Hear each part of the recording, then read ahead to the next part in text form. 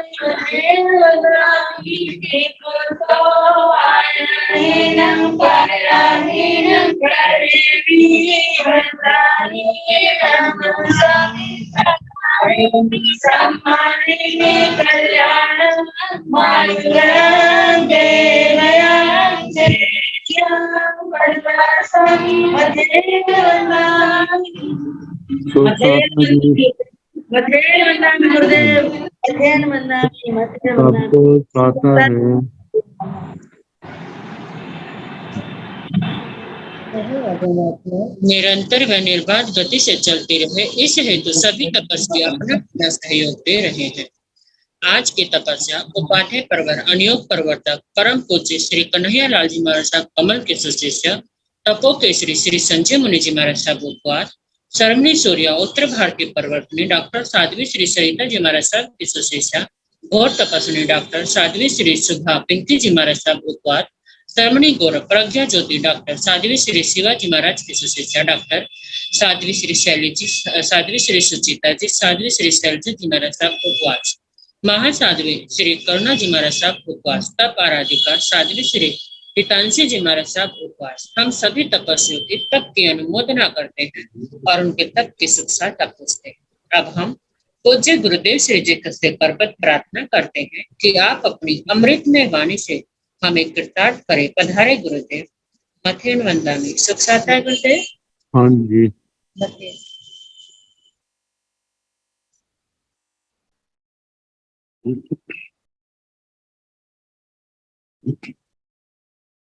नमो अरिहंताण नमो सिद्धाण नमो आयर्याण नमो ओवधायाण नमो लोय सव साहुण एसो पंच नमोकारो सव पाव प्रणसन मंगलानंद संदेशे पढ़ मंग हवाई मंगलम।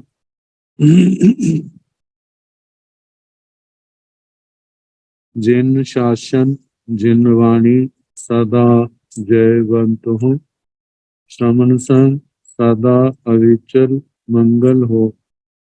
मुक्ति को प्राप्त श्रमण भगवान महावीर स्वामी उनकी परम पावन कल्याणी भागवती वाणी वाचक प्रमुख श्री इंद्र भूति गौतम आदि गणधर भगवान योग प्रधानाचार्य परम पूज्य श्री सुधर्मा स्वामी जी महाराज उनकी परम पावन पाठ परंपरा वर्तमान आचार्य ध्यान योगी परम पूज्य श्री शिव मुनि जी महाराज एवं गुरुजन सबके पावन चरण सरोजों में मेरा अनंत अनंत बार वंदना नमस्कार। आगम परिषद में विराजमान वरिष्ठ मुनिराज, अन्य मुनिवृंद, परम आदरणीय भगवती स्वरूपा महासाध्वी श्री स्थानम सूत्र की वाचना प्रारंभ है। चतुर्थ स्थान का चतुर्थ उद्देश्य सुनाया जा, जो समाप्ति की ओर आ रहा। तो कल बता रहे थे शरीर की उत्पत्ति और निष्पत्ति में के चार कारण क्रोध, मान, माया और लोभ। 24 दंडकों में ही जन्म का ये चार कषाय ही कारण। अब धर्म के चार द्वार, उनका वर्णन आ रहा है। यदि संसार परिभ्रमण का कारण चार कषाय है, तो संसार को समेटने के भी इनसे विपरीत, कषायों से विपरीत चार गुण हैं, जिनको धर्म द्वारों के नाम से कहा है। तो बताए है चत्तारी धम दारा पणता तंजह खंति मुक्ति अज्जवे मध्यवे। चत्तारी धम दारा पणता, चार धर्म के द्वार। कहते हैं हम यदि धर्म को एक मंदिर की, धर्म स्थान की उपमा दे, तो धर्म में आने के लिए, धर्म में प्रवेश करने के लिए किसी एक दरवाजे से तो हमें प्रवेश करना ही होगा।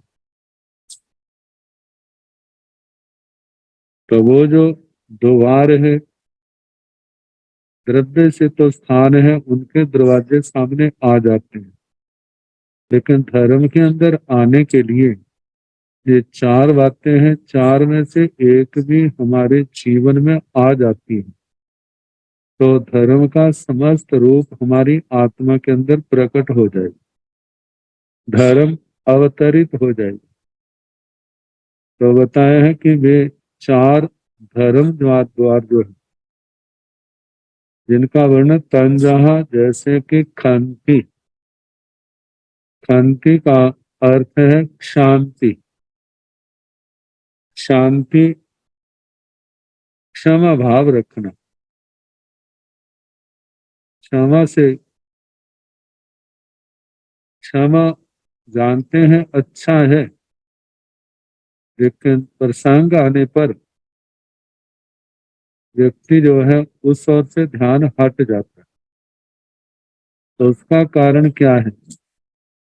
जिस आत्मा का क्षोभम बल विशेष होगा, आत्मा के अंदर सहने की शक्ति होगी, वही व्यक्ति क्षमा कर सकता है। जिसके अंदर सहन शक्ति नहीं है, सहने की शक्ति नहीं है, उसके लिए क्षमा करना भी संभव नहीं है। बाहर से मजबूरी से कह दे ठीक है क्षमा किया, लेकिन अंदर तो आग क्रोध की जलती रहती है, सुलगती रहती है, और वो किसी भी समय भड़क सकती है। तो क्षमा सहने की शक्ति जो है, ये कैसे होगी? तो इसके संबंध में यही कहा जाता है कि सहने का अभ्यास किया जाए। जितना व्यक्ति सहने का अभ्यास करेगा, उसका जो बल बढ़ता जाएगा, और व्यक्ति जितना क्रोध का अभ्यास करेगा उसका जो बल निरंतर घटता जाएगा। तो बताया कि जब आत्मा के अंदर ये सहन शक्ति पैदा होगी तो आत्मा धर्म के क्षेत्र में आने की योग्यता रखता है, वो धर्म के क्षेत्र में प्रवेश कर जाएगा।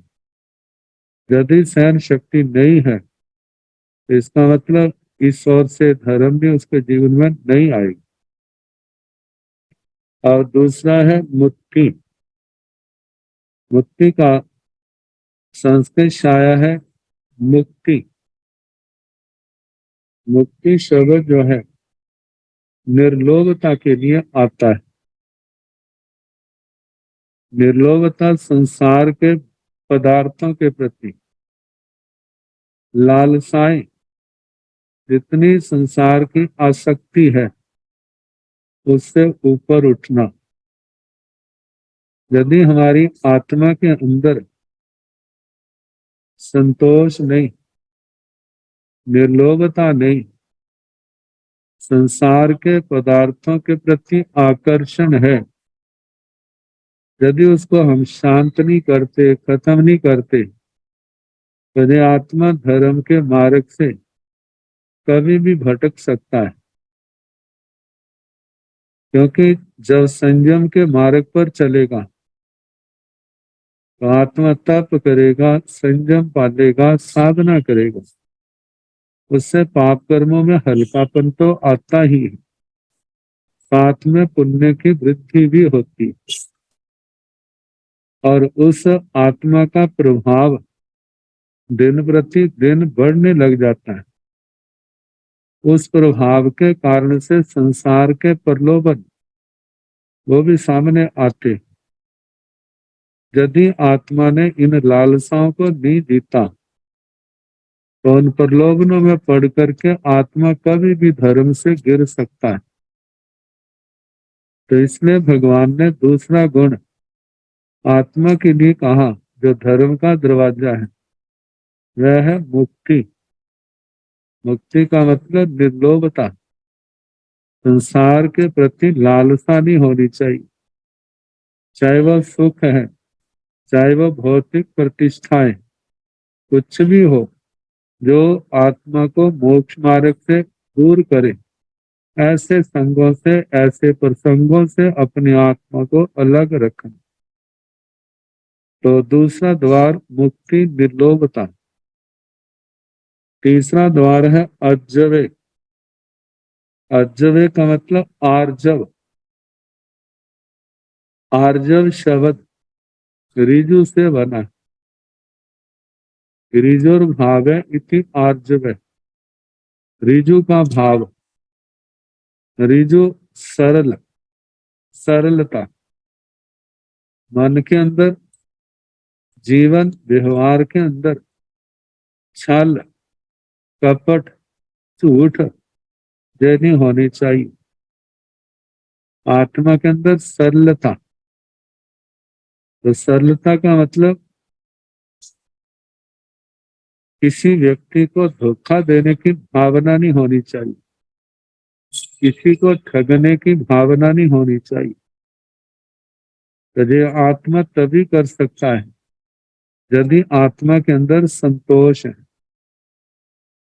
ये लालसाएं आत्मा से अनेक प्रकार के पाप कर्म करवा देती। तो जिस आत्मा ने इन बातों को समझा है और छोड़ा है तो उस आत्मा में जो रिजुता भी आ जाएगी, सरलता। तो कहा कि धर्म का तीसरा दरवाजा वह आर्जव है, सरलता, निष्कपटता। निष्कपट सरल व्यक्ति वही हो सकता है इसके मन में पवित्रता है, मन में किसी प्रकार के पाप की भावना नहीं। कहते हैं जिसका मन पवित्र है, जिसकी वाणी में सत्य है, काय में प्रमाद नहीं, चेष्टाओं में छल नहीं, उसी व्यक्ति को हम सरल कह सकते हैं। कहते जिस प्रकार पत्थरों पर पौधे नहीं उग सकते, उसी प्रकार पापों से पत्थर बनी हृदय की भूमि पर धर्म के अंकुर नहीं पैदा हो सकते। इसी बात को श्योत्राध्ययन सूत्र के तीसरे अध्ययन में कहा है, सोही उज्जु भूयस धम्मो शुद्ध स चिट्ठाई निबाणं परमं जाई घय सिद्धिव पावय। निष्कपट पुरुष के हृदय में ही विशुद्ध धर्म का निवास होता है, वही परम शांति को पाता है। घी से सींचने पर अग्नि के अंदर जैसे घी डाला जाता है तो ज्योति प्रदीप्त होती है, वैसे ही सरल व्यक्ति भी तप तेज से तेजस्वी बनता है और अपने लक्ष्य की ओर बढ़ता है। जिसके हृदय में सरलता नहीं, वो धर्म का आराधक भी नहीं होता। और ये माया कपट जो है, ये आत्मा यदि नहीं संभलता तो ये आत्मा को मिथ्यात्व की ओर भी ले जाने में देर नहीं लगाते। तो इसलिए भगवान ने तीसरा धर्म का द्वार कहा आर्जव, और चौथा है मध्यवे। मध्यवे का मतलब मार्दव। मार्दव शब्द जैसे आर्जव ऋजु शब्द से बना है, ऐसे मार्दव भी मृदु शब्द से बना है। मृदुता ये हमारे व्यवहार में होनी चाहिए। मृदुता का मतलब कोमलता, विनम्रता पूर्ण आचरण, अहंकार से मुक्ति, अभिमान से विमुक्ति। कहते जे भी धर्म का द्वार है। अहंकार जे भी धर्म की दरवाजों को बंद कर देता है, आत्मा को धर्म के अंदर आने नहीं देता। तो जिसमें अहंकार में धर्म का अभाव माना जाता है, अहम भाव के साथ स्वार्थ का कहते पक्का संबंध है। स्वार्थ समस्त पाप कर्मों का मूल है, और स्वार्थ से जहां पर भौतिक पदार्थों का अर्थ समझना, स्वार्थ स्व का जब अर्थ आत्मा आता है तो आत्म कल्याण की भावना भी आती है। लेकिन जहां आत्मार्थ की भावना नहीं, संसार के भौतिक पदार्थों की भावना, तो विनम्रता विनीतता इस मृदुता से ही आत्मा में प्रकट होते हैं। जिसने अहम वृत्ति को छोड़ दिया है, उस आत्मा के अंदर ही ये मृदुता का भाव संभव है। कहा जाता है जे मृदुता जैसे एक छोटा बच्चा जब वह प्रसन्न होता है, जब उससे कोई बात करते हैं तो उसकी जबान में कितनी मिठास होती है, कितनी नरमाई होती है, कितना प्यार होता है। ऐसे हमारे मन की क्रियाओं में, वचन की क्रियाओं में, काया की क्रियाओं में, इनके अंदर मृदुता होना ये तभी संभव है यदि हम पाप से मुक्त हों, पाप का परित्याग करेंगे, तो ही हमारे भावनाएं अच्छी हो सकती। तो ये चार बातें खंति मुक्ति अज्जवे मध्यवे, देखा जाए साधना का सार, साधना का मधुर परिणाम वो यही है जे गुण हमारी आत्मा के अंदर पैदा, ये गुण आत्मा में पैदा हो गए तो व्यक्ति की साधना सफल है। और जे गुण प्रकट नहीं हुए, फिर साधना की अभी बहुत जरूरत है। साधना का लक्ष्य ये होना चाहिए हमारी आत्मा पवित्र हो, हमारे अंदर जितनी कलुषताएं हैं, मैलापन है, वो दूर हो, जब मैलापन दूर होगा तो ये गुण अवश्य प्रकट होंगे। जब गुण होंगे जे आत्मा के अंदर, फिर इन गुणों के सहारे आत्मा को संसार सागर को पार करना मुश्किल नहीं होगा। तो इसलिए भगवान ने जहां पर धर्म के 4 द्वारों के माध्यम से अंति मुक्ति अजय मध्य का वर्णन किया। अब इसके आगे जीव आयुष्य कर्म बांधते, तो आयुष्य कर्म 4 प्रकार का, नरक आयु, त्रियंच आयु, मनुष्य आयु, देव आयु। तो चारों प्रकार की प्रत्येक आयु के 4 कारण के।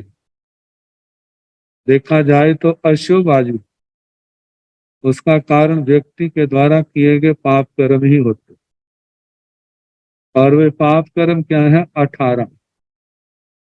आत्मा के पाप बढ़ते जाएंगे तो अधोगमन त्रियंच और नरक गति की ओर होगा।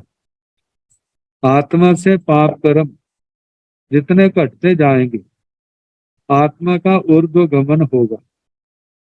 तो ऊर्ध्व गमन की दृष्टि से मनुष्य गति और देव गति, और आत्मा के समस्त पाप कर्म क्षय हो जाते हैं तो आत्मा की सिद्ध गति अवश्यम भावी। तो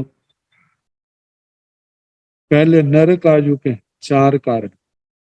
चौहिन खाने ही जीवा निरयताय कम्मं पगरिंति तंजाहा महारम्या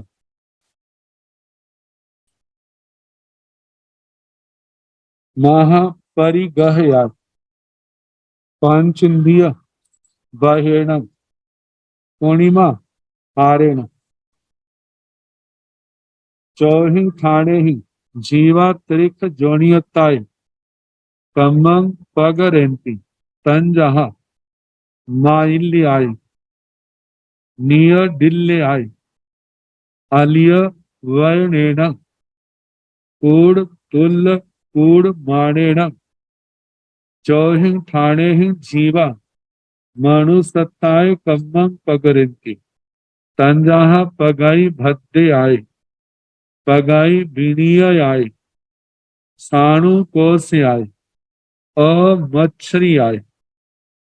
चौहिन ठाणे ही जीवा देवावताय कम्मं पगरेंति तंजहा सराग संजमेण संजमा संजमेण बाल तवो कम्मेण अकाम निजर्याय।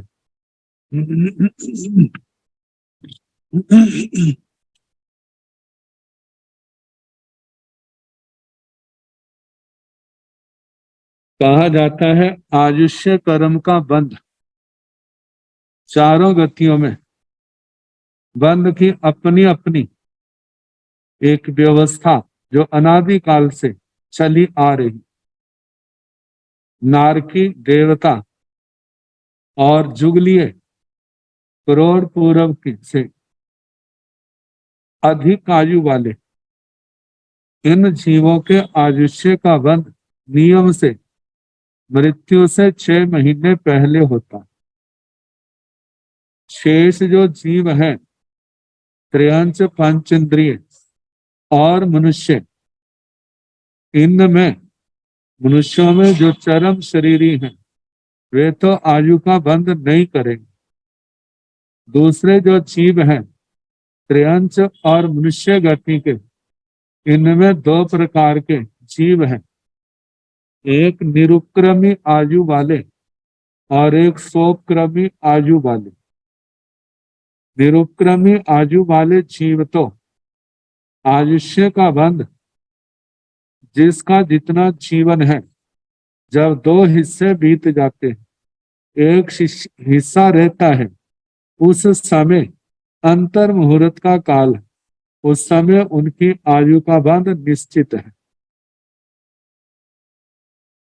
और दूसरे जो निरुक्रमी सोपक्रमी आयु वाले हैं उनके लिए कहा जाता है 2 हिस्से 2 भाग बीतने पर एक शेष रहने पर आयुष्य कर्म का बंध हो सकता है।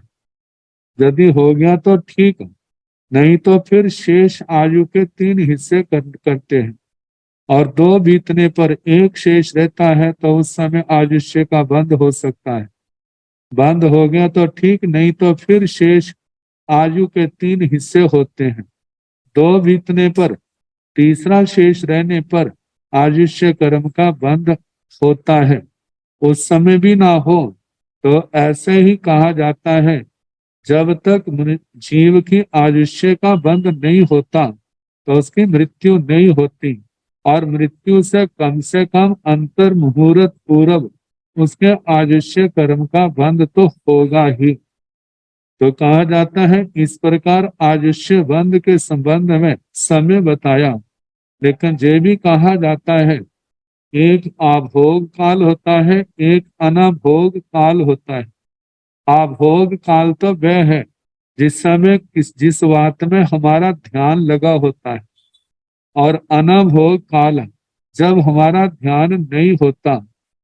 तो कहा जाता है आयुष्य का जो बंध है वह आभोग काल में नहीं होता, अनाभोग काल में होता है।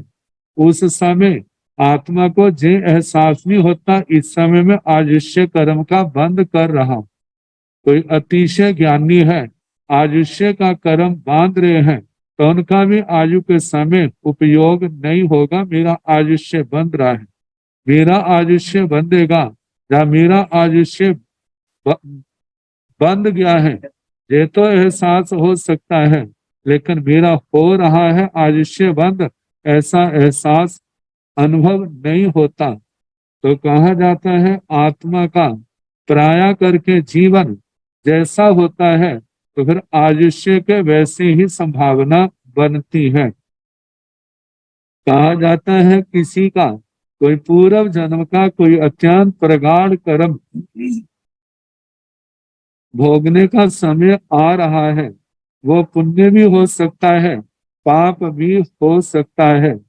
यदि मानो पाप हुआ तो आयुष्य बंध के समय उस पूर्व के पाप से उसके अध्यवसायों में मैलापन आ जाएगा, और किसी के पुण्य का उदय है तो उस समय उस पुण्य के प्रभाव से उसके अच्छा व्यक्ति नहीं है तो उसका भी परिणाम अच्छे हो सकते हैं, अच्छी आयु बंध सकती है। तो कहा जाता है जब जे परिणामों से जीवन धारा से विपरीत आयु का बंध हुआ है तो इस जन्म में जो अच्छे बुरे कर्म किए हैं उनका परिणाम कब होगा। कहा वो सारे के सारे जो किए हैं इस आत्मा के अंदर ही इकट्ठे हैं, बद्ध रूप में है, लेकिन जैसे वो अगले जन्म के कर्म हल्के पड़ेंगे फिर उनका नंबर भी कभी भी आ सकता है। तो प्राय करके कहा जाता है कि इस जन्म में जैसा जीवन है उसी के अनुसार उनके आयुष्य का बंध होता है। तो पहला नरक आयु का बताया, चौहिन ठाणे ही जीवा ने रैयताय कम्मं पगरेती तन रहा। चौहिन ठाणे ही 4 कारणों से जीवा जीव निरयताय नारकी के रूप में कम्मं पगरेती कर्म करते हैं, कर्म बांधते हैं।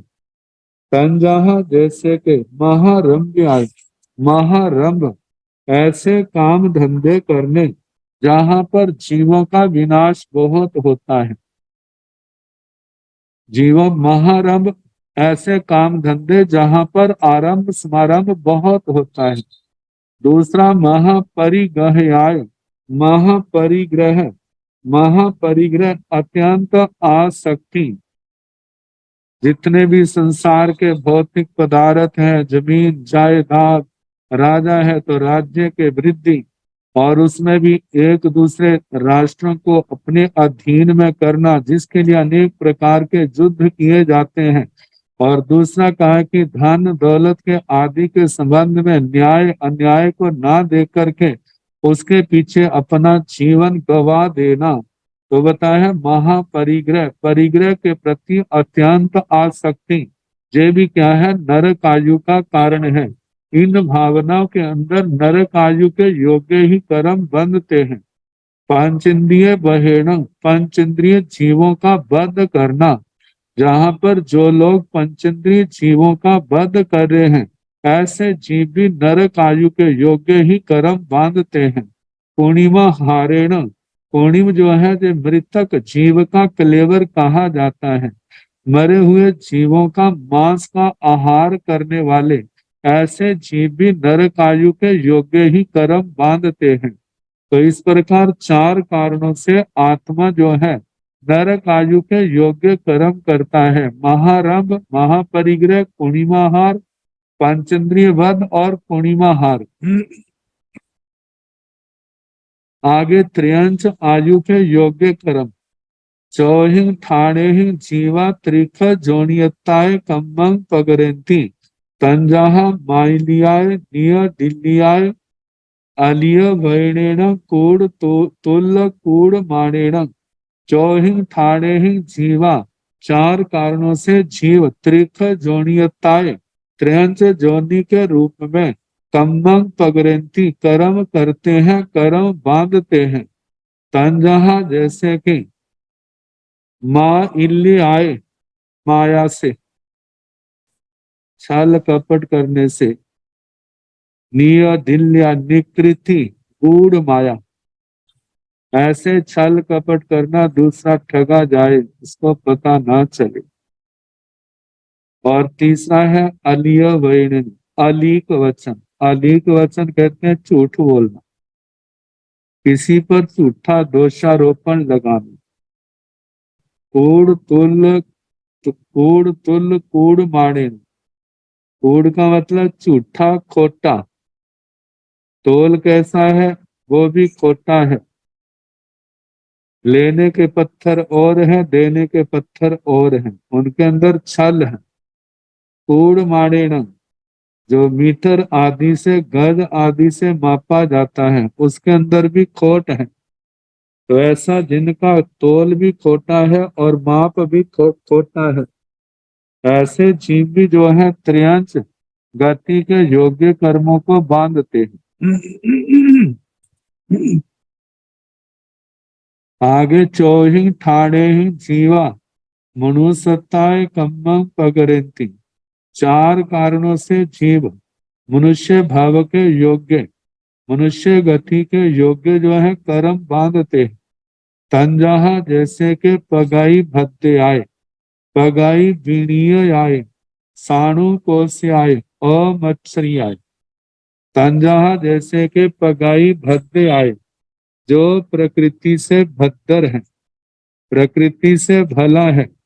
कौन कैसा व्यवहार करता है ईश्वर ध्यान नहीं है, लेकिन मैंने किसी के साथ बुरा नहीं करना। जहाँ कहीं किसी के दुख तकलीफ देखता है तो वो उनके सहयोग के लिए वहां खड़ा हो जाता है। जहां पर भी कुछ करने की बात आती है तो भला ही करता है। किसी ने बुरा किया है तो उसको वो भुला देता है। तो कहा कि ऐसे लोगों को प्रकृति से भद्दर कहा जाता है। जो स्वाभाविक क्या है, भद्रिक प्रकृति के हैं, भले लोग हैं। बगाई विनीय आय, प्रकृति से स्वाभाविक दृष्टि से जो विनीत है, मतलब विनम्र व्यक्ति है, अहंकार का काम नहीं, सोचते हैं किस पर अभिमान किया जाए। संसार का कोई ऐसा भौतिक स्थान नहीं है जो नश्वर ना हो, मतलब ये सब नश्वर है। लेकिन इस नश्वर को पा करके हम अपने आप को भूल जाते हैं। जो छोड़ के जाएगा इसको भी भूल जाते हैं। और अज्ञानता के कारण व्यक्ति कैसे गलत काम करता है और अपने भविष्य को बिगाड़ लेता है। लेकिन ऐसे जीव जिनके अंदर ये विवेक की ज्योति है, वो अपने अंदर अभिमान नहीं आने देते और सबके प्रति जिनका व्यवहार विनम्रता पूर्ण होता है, तो उनके लिए कहा है जो प्रकृति से विनीत है। सानु कोशियाय, सानु कोशियाय का मतलब जिन सानुक्रोशता, सानुक्रोशता जिनके अंदर मतलब करुणा की भावना है, दया की भावना है, ऐसे जीव भी मनुष्य आयु का बंद कर लेते हैं, मनुष्य गति के योग्य कर्मों को बांधते हैं।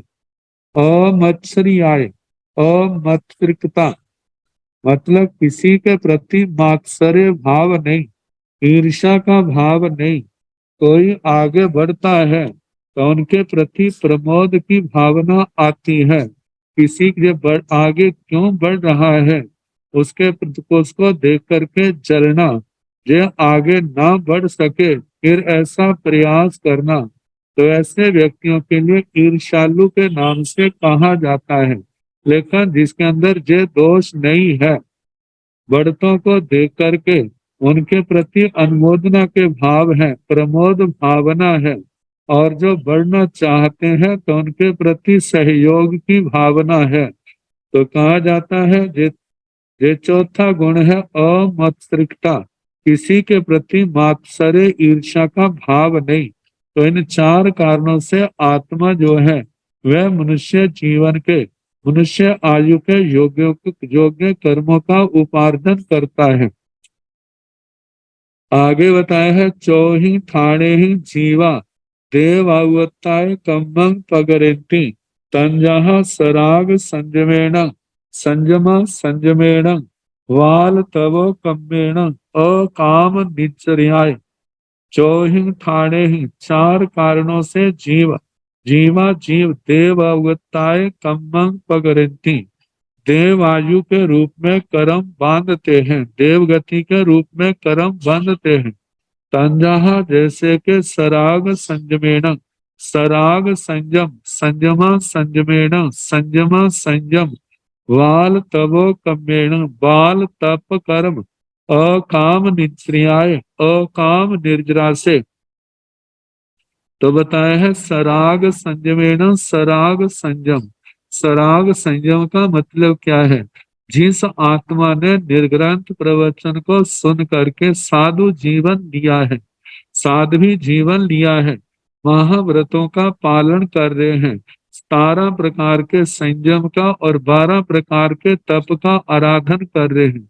देखा जाए तो ज्ञान दर्शन चारित्र तप, ये चार रतन इस मोक्ष मार्ग की आराधना कर रहे हैं, 5 प्रकार के आचार का पालन कर रहे हैं। ये सारी की सारी क्रियाएं किसके लिए है? आत्म शुद्धि के लिए, कर्मों की निर्जरा के लिए, कषायों को, राग द्वेष को खत्म करने के लिए। तो कहा जाता है जब तक हमारे राग आदि समाप्त नहीं होते, आत्मा जो है 10वें गुण स्थान तक है। मतलब वो छठे में भी हो सकता है, 7वें में भी, 8वें, 9वें, 10वें गुण स्थान में। तो जहां तक व्यक्ति का जो संयम है वो सराग संयम है, और जिस समय 10वें गुण स्थान से ऊपर बढ़ जाते हैं तो उस समय आत्मा का संयम वीतराग संयम होता है। तो संयम अवस्था में जो आयु बंध के गुण स्थान है वह छठा और 7वां कहे जाते हैं।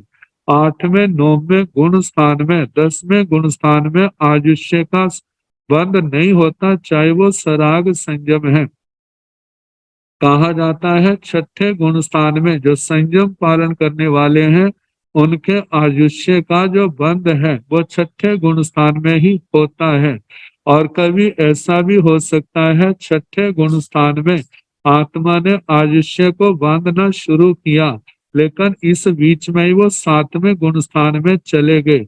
तो कहा जाता है 7वें गुण स्थान में आयुष्य का बंध का समापन तो हो सकता है, लेकिन 7वें गुण स्थान में आयुष्य का बांधना वह प्रारंभ नहीं होता। तो इस प्रकार कहा है कि जो संयम तप की आराधना राग द्वेष को खत्म करने के लिए कर रहे हैं लेकिन अभी समाप्त नहीं हुए, ऐसी अवस्था में यदि आत्मा आयुष्य का बंध करे तो वो नियम से देवायु को बांधता है। तो कहा जाता है ऐसे जो है आराधक होने के कारण से वो नियम से विमानिक देवलोकों की ही आयु बांधते हैं। तो सराग संयम जो है इसका पालन देवी क्या है? देव आयु के बंध का कारण है। दूसरा बताया है संयमा संयमेन, संयमा संयम, जिन्होंने जितने अंशों में पाप का त्याग किया है उतने अंशों में संयम है, और जितने अंशों में पाप का त्याग नहीं किया है उतने अंशों में असंयम है। तो ये संयमा संयम अवस्था जो है ये श्रावक श्राविकाओं की है, पांचवें गुण स्थान वालों की है। पांचवें गुण स्थान में भी आत्मा आयुष्य का बंध करता है, तो वह भी नियम से वैमानिक देवलोकों की ही आयु को बांधने वाला होता है।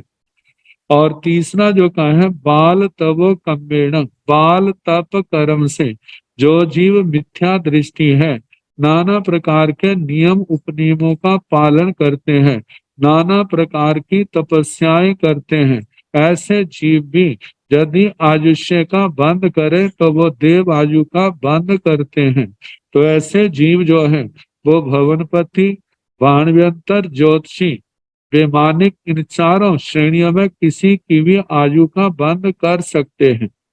आगे अकाम निद्राय, अकाम निद्रा से निर्जरा की भावना तो नहीं है, लेकिन दुख तकलीफ के कारण से वो निर्जरा तो हो रही है, लेकिन निर्जरा करने की भावना नहीं है। तो जहां पर दुख तकलीफ रोग आदि आ जाते हैं, उनको भोगने की भावना नहीं है, लेकिन कोई रास्ता नहीं, मार्ग नहीं, इसलिए उनको भोगना पड़ता है। तो ऐसे जीव भी अकाम निर्जरा से वो अपने पाप कर्मों को तो क्षीण करते हैं। तो ऐसे अकाम निर्जरा करने वाले जीव भी जो है देवायु का बंद कर लेते हैं। तो इन चार प्रकार की आयु में कहा पहले दो जो कहे हैं सराग संयम और संयमा संयम, इन अवस्थाओं में जो आयु बांधते हैं वे तो भगवान के मार्ग में आराधक हैं। दूसरे जो तीसरे चौथे नंबर वाले हैं वे भगवान की आज्ञा के आराधक नहीं है। कहा जाता है जितना साधु साध्वी वर्ग जो आराधक है वो नियम से, मतलब जो आयु बांधते हैं तो वैमानिक देवों की आयु बांधते हैं। आगमों के अंदर ऐसे कितने के नाम आते हैं, जैसे मेघ कुमार जी ने आयु का बंद किया, अभय कुमार जी ने आयु का बंद किया, जो वैमानिक आयु को बांधने वाले हैं। और वो भी अनुत्तर विमानों की, जो अनुत्तरोपातिक में जितने भी जीवों ने आयु का बंद किया है तो वे वैमानिक देवलोकों की आयु का, अनुत्तर विमानों की आयु का बंद करने वाले हैं। और दूसरे सूत्रों में जो आयु का बंद करने वाले, कोई स्वधर्म देवलोक कोई दूसरे देवलोकों का है, तो वो भी क्या है वैमानिक सराग संजय में वैमानिक देवों की आयु का बंद करने वाले हैं। आनंद आदि श्रावक जो है, जो अन्य श्रावक श्राविकाएं हैं, श्रावक वृत्ति पालन करने वाले, वो भी वैमानिक आयु, वैमानिक देवों की उन्होंने आयु का बंद किया। और बाल तप कर्म से जो नाना प्रकार की मिथ्यात्व में तपस्याएं करते हैं, जैसे भगवती सूत्र में तामली तापस जी का वर्णन आता है, जो तप के बल से दूसरे देवलोक के इंद्र महाराज बने। और दूसरा है चमरेंद्र महाराज का पूर्ण तापस का वर्णन आता है, वो भी बेले बेले तप करते थे, 12 साल की साधना की थी, और अपना भव पूर्ण करके जहां से वो दक्षिण दिशा के असुर कुमारों के इंद्र महाराज के रूप में, चमरेंद्र के रूप में जन्म हुआ। ऐसे कितने जीव जो हैं जो बाल तप के कारण से देवायु बांध लेते हैं। और काम निर्जरा से जहां पर आ जाता, जैसे शूल पाणी जक्ष जो पूर्व जन्म में बैल के रूप में था, ऐसे और अनेक जीव जो हैं जिनको धर्म का तप आदि का बोध नहीं, लेकिन मजबूरी वश अकाम बिना इच्छा के निर्जरा होती है, तो ऐसे जीव भी जो है देवायु का बंद कर लेते हैं। तो इस प्रकार चार कारणों से जीव जो है देवायु का बंद करता है।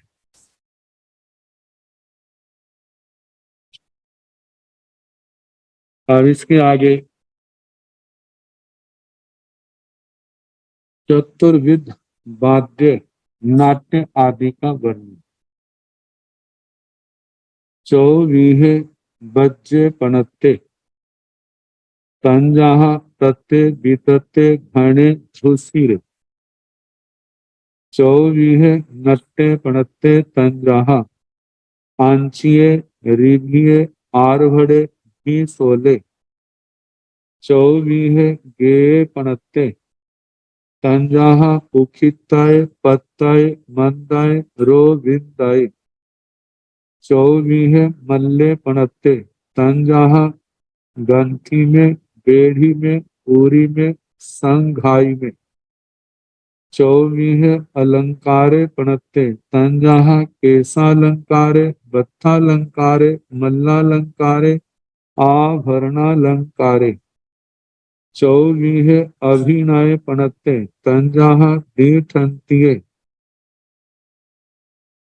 पांडु सुए, ये जहाँ पाठ दिया है, लेकिन पाड़ी सुए जो आचार्य श्री मधुकर जी महाराज की प्रति में जहाँ पर कहा जाता है कि ड के बाद अनुस्वार का प्रातिश्रुति किसकी छाया बनती है, तो पांडु सुए भी रूप आता है, पाड़ी सुए भी आता है। पाड़ी सुय ऐसा रूप दिया है। सामंतोग निवाय निये लोग मध्यावसीय या लोग मध्यावसीय ये रूप आते हैं। तो पहले कहा है चौवीह बज्जे गणते, चार प्रकार के वाद्य कही जो बजाए जाते हैं। तंजाहा जैसे कि तते, तत्, तत् कहते हैं वीणा आदि। बीतते पट है आदि, ढोल आदि। घाणे घन रूप जो कांसे, कांसे के ताल आदि जिसकी ध्वनि बहुत निकलती। झोसीरे, झोसीरे सुशिर जे बांसुरी आदि आते। तो चौवीह नट्टे पणत्ते चार प्रकार का नाट्य कहा है। तंजाहा जैसे के अंचिये रिभिये आरभड़े भिसोले, अंचिये अंचित रिभिये रिभित आरभड़े आरभट भिसोले भिसोल। तो अंचित का बताया है मंद मंद नाचना ही अंचित है, धीरे धीरे नाचना।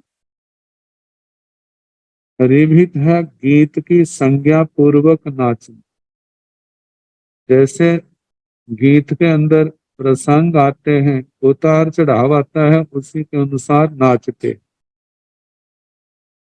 आरहट होता है गाते हुए नाचना। भिसोल कहा जाता है विविध प्रकार की चेष्टाएं भाव भंगिमाएं प्रदर्शित करते हुए नाचना भिसोल कहा जाता है। तो ये चार प्रकार के नृत्य। अब इसके आगे चौवीह गेय पणत्ते संजाह उपिताय पत्ताय मंदाय रोविंदाय।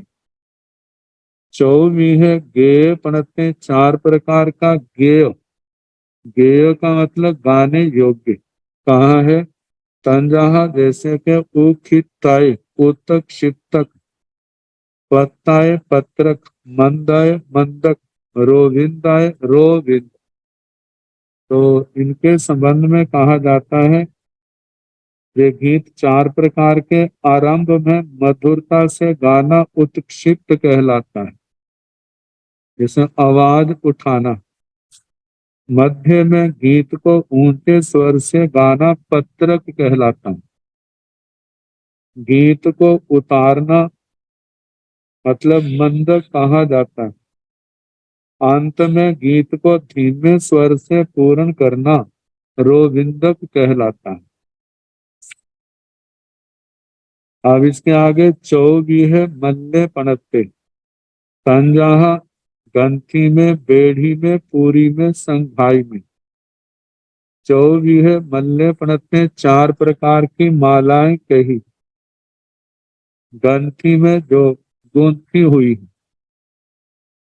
बेढ़ी में जो लपेट करके बनाई जाती, पूरी में जो पूर करके भर करके बनाई जाती, संघाई में जो फूलों के समूह से ओत प्रोत करके गुलदस्ता आदि बनाया जाता है।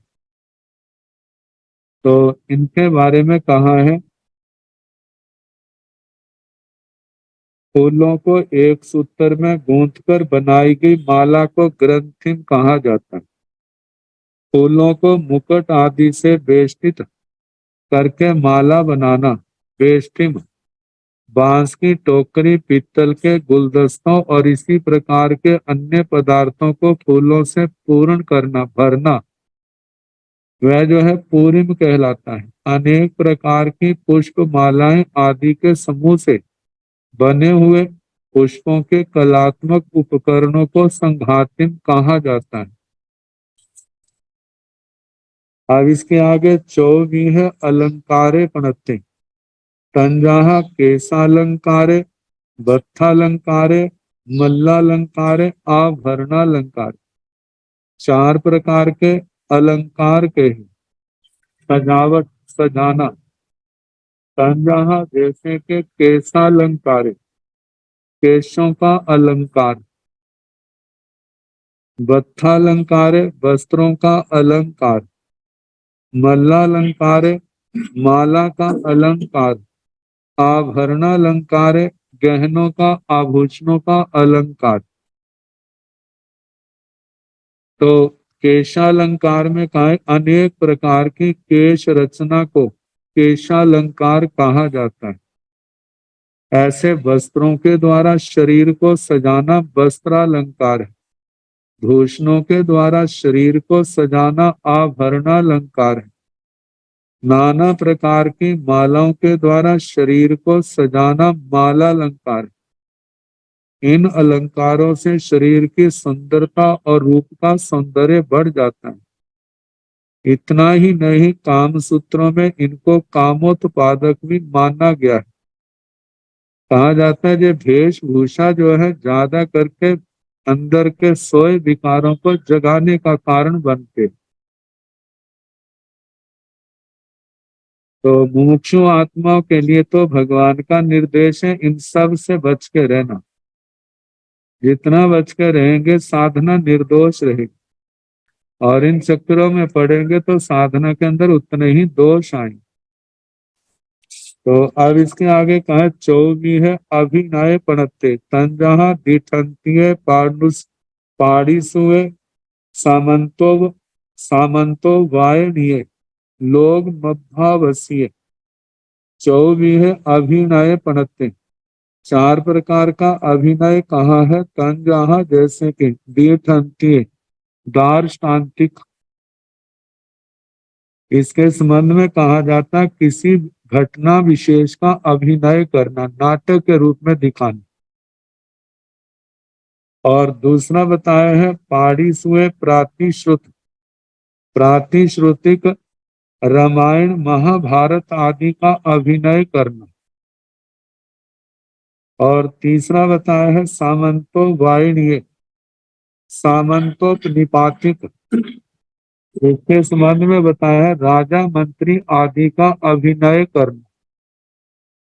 और चौथा है लोग मध्यावसीय, लोक मध्यावसित, मानव जीवन की विभिन्न अवस्थाओं का अभिनय करना। तजे अभिनय के चार भेद कहे। अब इसके आगे संत कुमार महिंदर कल्प में विमानों के कितने वर्णों वाले विमान है और कितनी अवगाहना के संबंध में कहा जाए, तो इनका कल जैसे अवसर होगा सुनाने का प्रयास किया जाएगा। अब ये चौथा उद्देश्य समाप्त होने वाला है। इसके आगे पांचवा स्थान प्रारंभ होगा।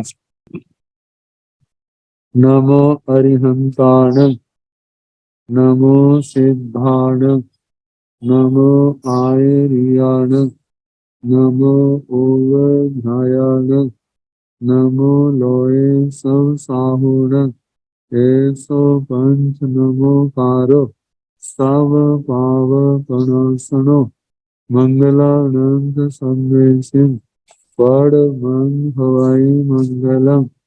श्री चतारि मंगलम, अरिहंता मंगलम, सिद्धा मंगलम, साहु मंगलम, केवली मनतो धम्मो मंगलम। चतारि लोकोत्तमा, अरिहंता लोकोत्तमा, सिद्धा लोकोत्तमा।